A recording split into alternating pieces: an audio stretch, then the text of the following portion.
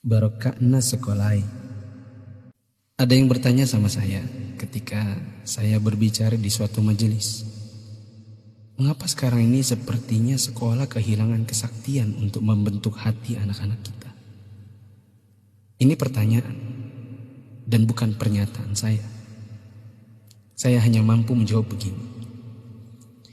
Dulu orang tidak sekolah setinggi sekarang ini. Bahkan di kampung tak ada yang hebat berteori pendidikan sedahsyat hari ini. Bisa dibilang teori pendidikan sekarang mungkin sudah menyentuh langit ketujuh. Tapi sebenarnya ada yang hilang, yang disebut dengan keberkahan. Keberkahan bukan buatan manusia, melainkan pemasena puange, rahmat Allah. Bukan sekolah yang membuat orang sukses, tetapi Allah lah yang berada di balik semua kesuksesan manusia dalam usahanya. Maksudnya, secara khusus saya mengajak Anda yang berusia 40 tahun ke atas untuk menengok sejenak ke belakang. Balik. Ingat waktu kita sekolah di SD, yang nafas tak baru setengah-setengah, kita sudah disuruh ke sawah, membantu guru matanek, menanam padi, membantu guru mencari kayu bakar di dare, di kebun, mengambil air untuk dipakai guru di rumahnya, disimpan di gumbang.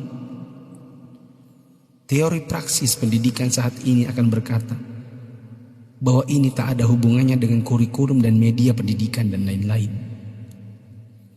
Kita disuruh mengerjakan pekerjaan oleh guru yang seakan tiada hubungannya dengan akademik.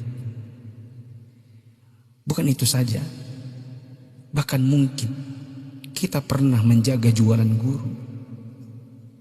Tak hanya itu, kita kalau dipukul oleh guru hingga setengah hidup, atau masengo, mimisan, akibat pukulan mister kayu guru dan jangka pelingkar yang ujungnya runcing. Disinilah intinya. Atas itu semua, pernahkah orang tua kita protes? Pernahkah orang tua kita mengeluh dengan tugas-tugas tadi? Pernahkah orang tua kita melarang kita ikut ekskul dalam tanda kutip yang saya sebutkan tadi, mencari kayu, mengambil air? Sama sekali no. Orang tua kita tak pernah mempersoalkan. Inilah mata air yang mengalirkan keberkahan. Atas kesabaran orang tua terhadap dunia persekolahan, Allah pun turun dengan tangannya. Dia membalas kebaikan hati orang tua atas penghormatan terhadap guru dan eksistensi sekolah yang bahkan mungkin dengan segala kelemahan. Tak perlu pakai teori pendidikan, sebab orang tua kita tak paham itu semua. Tapi teori dan kehendak Allah yang berlaku. Inilah yang disebut dengan barakah, keberkahan. Boleh jadi kita sudah jauh berjalan, tapi mari kita tengok sejenak betapa hebatnya pendidikan orang dulu. Kebodohan guru zaman dulu dengan ekskulnya, serta kesabaran orang tua dengan ketidakpahamannya, rupanya mengusik Allah Ta'ala dengan menurunkan barakah pamasya atas berkat rahmat Allah.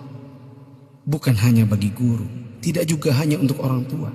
Bahkan keberkahan itu pun dinikmati oleh anak didik. Tengoklah sekarang, orang tua memenjarakan guru, anak memfitnah gurunya, dicubit bilangnya ditempeleng, diajari katanya dicaci maki, dinasihati lapornya dihina, ditegur ujarnya dipermalukan. Bagaimana mungkin berkah Allah bisa datang? Anda yang berumur 40-an, pernah kita melakukan ini? Bahkan kita membohongi orang tua karena melindungi guru. Kalau perlu orang tua tak perlu tahu apapun keadaannya.